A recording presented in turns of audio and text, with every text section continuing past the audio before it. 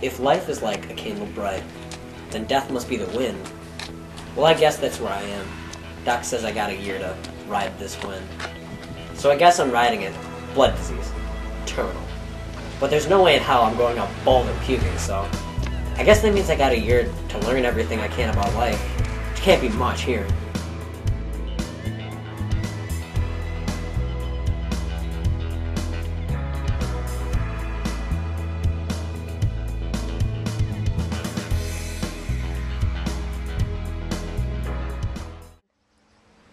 I was really hoping that I wouldn't have to do this, that my own brother would be able to give his address.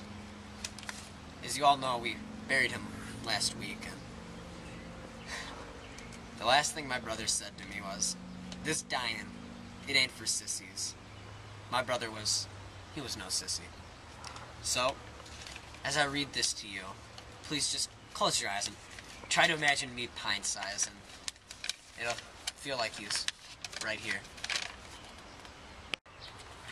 To my fellow graduates, and to the citizens of Trout, my brother is probably pretty nervous reading this, so please laugh at his/my jokes, but not at the sweat pouring off his nervous brow. That was the first joke. I performed a kind of forced experiment this year, one I wouldn't have chosen. Last summer, Doc Wagner informed me that I had a potentially terminal illness and I should start aggressive treatment right away. Doc took me to a specialist who told me things looked bad, so I decided to forego the treatment and give myself a reasonable shot at living a meaningful life in 1 year.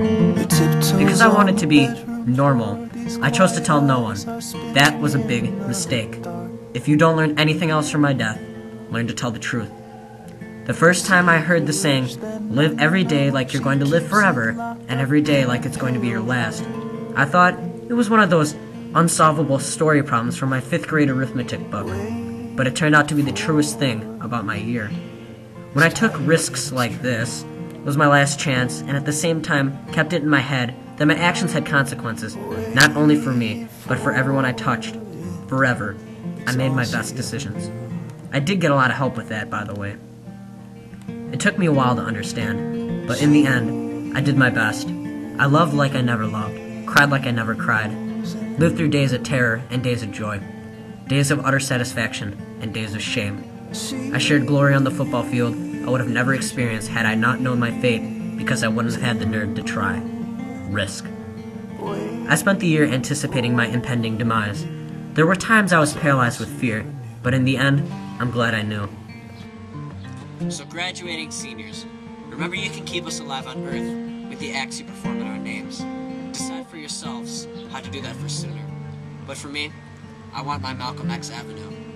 And Sooner says his street would be just as perfect. Drive safely. The background hum of city streets and whispers from the neighbors intertwine. The distant glow of beacon lights breaking through the cracks between the lines. Wait for it, it's hiding out of view.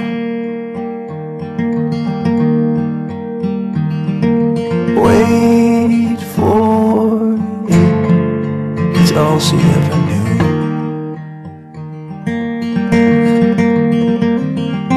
She dreams in blue. She